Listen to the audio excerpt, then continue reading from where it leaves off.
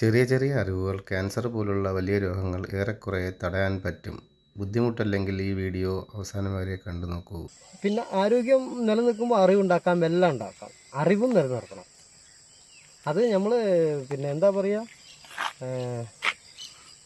ജനറലായിട്ടുള്ള സ്കൂളിൽ പഠിപ്പിക്കുന്ന പഠനം തെറ്റാണെന്ന് ഞാൻ പറയില്ല. എന്നാലും ജനറലായിട്ട് ഒരു എഴുതാനും വായിക്കാനും പഠിച്ചു കഴിഞ്ഞാൽ ജനറലായിട്ടുള്ള നോളജിൽ ഉണ്ടാക്കിയെടുക്കുക.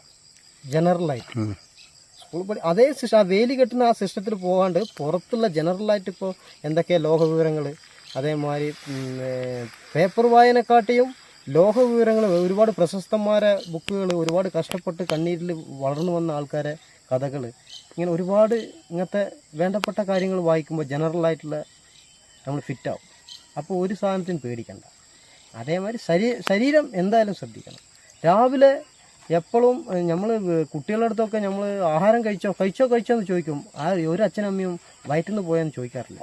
ഒരു 3 ദിവസത്തിൽ ഒരിക്കൽ ഒരു കുട്ടി 3 ദിവസം വയറ്റിൽ നിന്ന് പോയിട്ടില്ലെങ്കിൽ ആ കുട്ടിക്ക് 4 വർഷമോ 3 വർഷമോ കഴിയുമ്പോഴത്തേനും ക്യാൻസറാവും. ക്യാൻസറിൻ്റെ ഉറവിടം അതാണ്. അപ്പോൾ എന്നും രാവിലെ ചോദിക്കേണ്ടത് വയറ്റിൽ നിന്ന് പോയോ എന്ന് ചോദിക്കണം. ആഹാര രീതി എരിവ്, പുളി, ഉപ്പും ഒക്കെ കുറയ്ക്കുക.